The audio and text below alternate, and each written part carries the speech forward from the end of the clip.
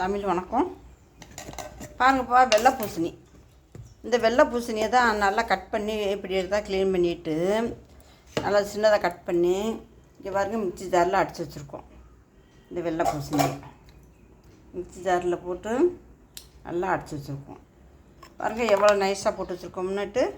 இதுதான் இப்போ தோசை மாவில் நம்ம கலந்து தோசை ஊற்ற போகிறோம். பாருங்கள் வெள்ளை பூசணி நல்லா பாருங்கள், தெரியுமா எல்லாருக்கும் தெரியும் வெள்ளை பூசணி. இதுதான் நம்ம கட் பண்ணிவிட்டு இது மாதிரி பொடிசாக கட் பண்ணி போட்டு தோசை மாவில் அரைச்சி வச்சுருக்கோம். சும்மா அடித்து வச்சுருக்கோம். தோசை மாவில் கலக்க போகிறோம். பாருங்கள் தோசை மாவு எடுத்து வச்சுருக்கோம். இப்போ இந்த தோசை மாவில் இந்த வெள்ளை பூசணியை நம்ம கலந்துருவோமே.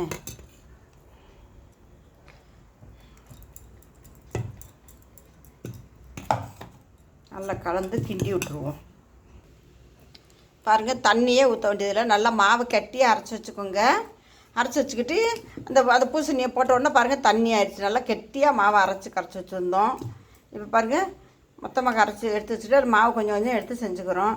இப்போ பாருங்கள் தோசை மாவு பதத்துக்கு வந்துருச்சு. பாருங்கள் அந்த பூசணிக்காய், இந்த பூசணிக்காயோட தண்ணி இந்த தோசை மாவு பதத்துக்கு இது வந்துருச்சு. பாருங்கள் இது கருப்பு உளுந்து, இந்த தோல் இது வந்துருக்கிறது கருப்பு உளுந்து போட்டு செஞ்ச மாவு அரைச்சி வச்சுருக்கோம். அது கருப்பாக இருக்குது தோல், வேறு ஒன்றும் இல்லை.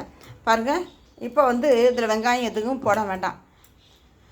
கொஞ்சோண்டு ஓமம் மட்டும் தேய்ச்சி போட்டுக்கரலாம். வேணுன்னா போட்டுக்கரலாம், இல்லாட்டி வேண்டாம். ஏன்னா பசங்களுக்கு தோசை ஊற்றுறதா பிடிக்காது. ஏன்னா நம்ம கலந்து ஊற்றுறது அவங்களுக்கு கண்டுபிடிச்சிடுவாங்க. இப்போ நம்ம இப்போ தோசை ஊற்றுவோமே. இதை நெய் வேணாலும் போட்டுக்கரலாம். நம்ம நெய் போடல, நல்லெண்ணெய் தான் போட்டிருக்கோம். நல்லெண்ணெய் ஒரு ஸ்பூனில் ஊற்றி இப்படி தடவி விட்டாவே போதும். இப்போ இந்த தோசை மாவை நம்ம ரெடி பண்ணி வச்சுருக்கோம் இல்லைங்களா. இந்த தோசை மாவை எடுத்து நம்ம ஊற்றிக்கிறோம்.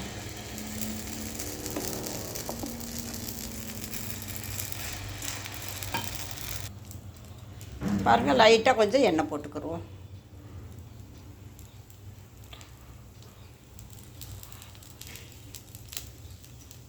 நல்லெண்ணெய் போட்டுக்கிட்டால் ரொம்ப நல்லாயிருக்கும். இல்லை நெய் போட்டுக்கலாம். இப்போ இது வெந்துக்கிட்டு இருக்கு. பாருங்கள் வெந்துருச்சு. எடுத்து பார்ப்போமே. அருமையான வெள்ளை பூசணி தோசை பாருங்கள் சூப்பராக இருக்குது. பாருங்கள் அருமையாக இருக்குது. ஸ்டவ்வை குறைக்காமல் வச்சுக்கிட்டா தான் கரைஞ்சி போச்சு. பாருங்கப்பா வெள்ளை பூசணி தோசை எப்படி இருக்குன்னு பாருங்கள். தவாவில் ஊற்றுனோம்னா எண்ணெய் எல்லாம் ஊற்றினா இன்னும் முறுமுறுப்புன்னு அதிகமாக முறுமுறுப்பு கிடைக்கும். இப்போ அருமையான தோசை பாருங்கள். இது மாதிரி ஊற்றி குழந்தைங்களுக்கு கொடுங்க.